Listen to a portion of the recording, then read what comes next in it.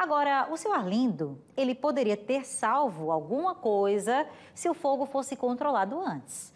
Mas quando os vizinhos ligaram, o corpo de bombeiros não acreditou.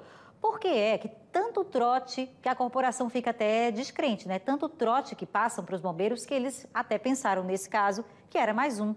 Maria, a gente fala desse assunto porque eles infelizmente continuam, né? Os trotes para os serviços de emergência.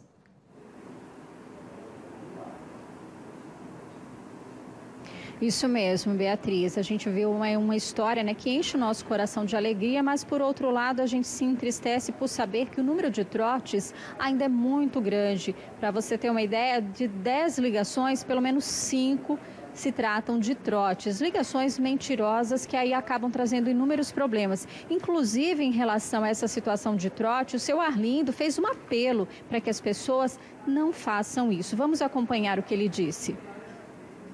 Eu quero fazer um apelo também para o pessoal, gente, que tiver algum incêndio, alguma coisa de urgência, não faça trote, né? Trote para o corpo de bombeiro, porque aí o pessoal não vai acreditar. O pessoal só acreditou que aqui era um incêndio, porque o meu vizinho, a comunidade todinha, ligava e ele não acreditava. Só veio acreditar porque o meu vizinho tirou uma foto, queimando, filmou, mandou para o corpo de bombeiro. Após de 40 minutos foi que chegaram. 40 minutos, uma casa desse tamanho aqui, um barraquinho desse, não tem mais nada. Ou seja, se não fossem os trotes, claro, né, o corpo de bombeiros talvez tivesse chegado mais rápido, mais cedo, né? E talvez teria controlado esse incêndio.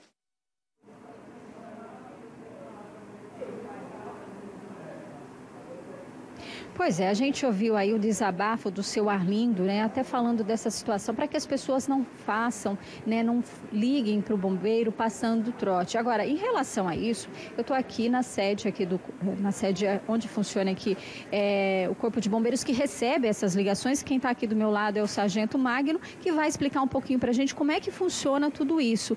Boa noite, Sargento. Como é que funciona, então, em relação a esse trote, né? Nesse caso específico, a população disse que ligou e disse que não acreditaram que era trote. Como é que funciona isso, principalmente durante a madrugada? Pois é, aqui no Corpo de Bombeiros a gente trabalha com informações e a veracidade dessas informações é importante e a forma como ela é passada também é muito importante. Então, muitas vezes na madrugada a gente recebe um volume muito grande de ligações que não são ocorrências para o Corpo de Bombeiros. Nem sempre essas ligações são ligações de má fé. Às vezes são pessoas querendo falar com a Polícia Militar, que é um outro número, com o SAMU, que é um outro número, ou com outros órgãos públicos, que também têm números de 3 dígitos, que são muito parecidos com o 93. E, infelizmente, também a gente tem muitos trotes. E então, tudo isso congestiona aí essas ligações? São várias ligações ao mesmo tempo? Isso.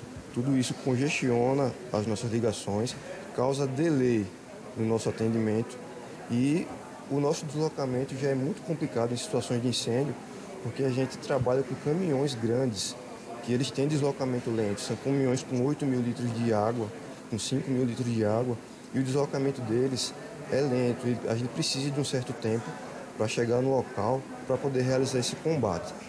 Então, aproveitando que existia essa situação do senhor Arlindo, infelizmente, a gente faz até um apelo para que os pais comecem a se policiar em relação aos seus filhos, porque, infelizmente, a incidência maior dos trotes aqui são de crianças em idade escolar.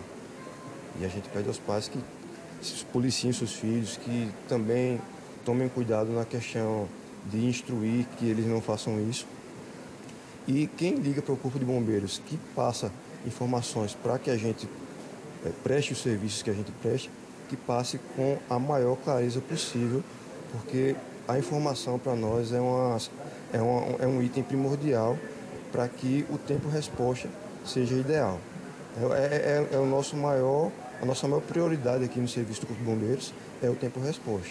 Pronto, a gente está aqui na sala, né, onde que vocês recebem essas ligações, pedi até para o Vasni mostrar. Então, esse atendimento ele funciona 24 horas, então a ligação chega por ali. Isso, aí ao receber essa ligação, o primeiro contato é o quê? Saber, vocês têm como localizar, saber de onde a pessoa está ligando? Então, a gente tem um sistema de geolocalização que funciona nos nossos telefones, que em partes serve para filtrar a questão dos trotes, de informações errôneas, e serve também na ajuda da localização precisa dos solicitantes. Então, a nossa geolocalização não é por GPS, então ela não é precisa. Ela é por triangulação de torres, mas já ajuda bastante. Até Então, para explicar para as pessoas. Então, quer dizer, se uma pessoa é ligada, já dizer que tem um incêndio no Jacintinho, só que ela está no bairro do Benedito Bentes, por aí você já começa a desconfiar. Tem exato, como a gente saber. já sabe que tem algum problema, tem alguma informação errada acontecendo. Então, aqui funciona a nossa central do 193. Então, após o atendimento, tem a liberação das viaturas de imediato e a nossa equipe se deslocam até o local onde está acontecendo o sinistro. E, sargento, tira uma dúvida também. Nesse caso, num caso de incêndio, por exemplo, ou de qualquer outra ocorrência, é preciso que mais de uma pessoa ligue para vocês entenderem que essa ocorrência é necessária, a presença ali do Corpo de Bombeiros ou não?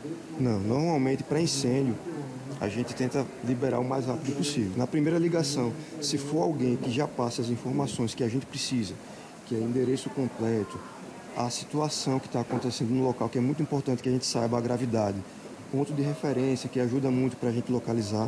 Se a gente já tiver isso tudo na primeira ligação, a gente libera de imediato e depois que está o deslocamento, a gente vai coletando mais informações para que a gente vá transmitindo para as guarnições via rádio.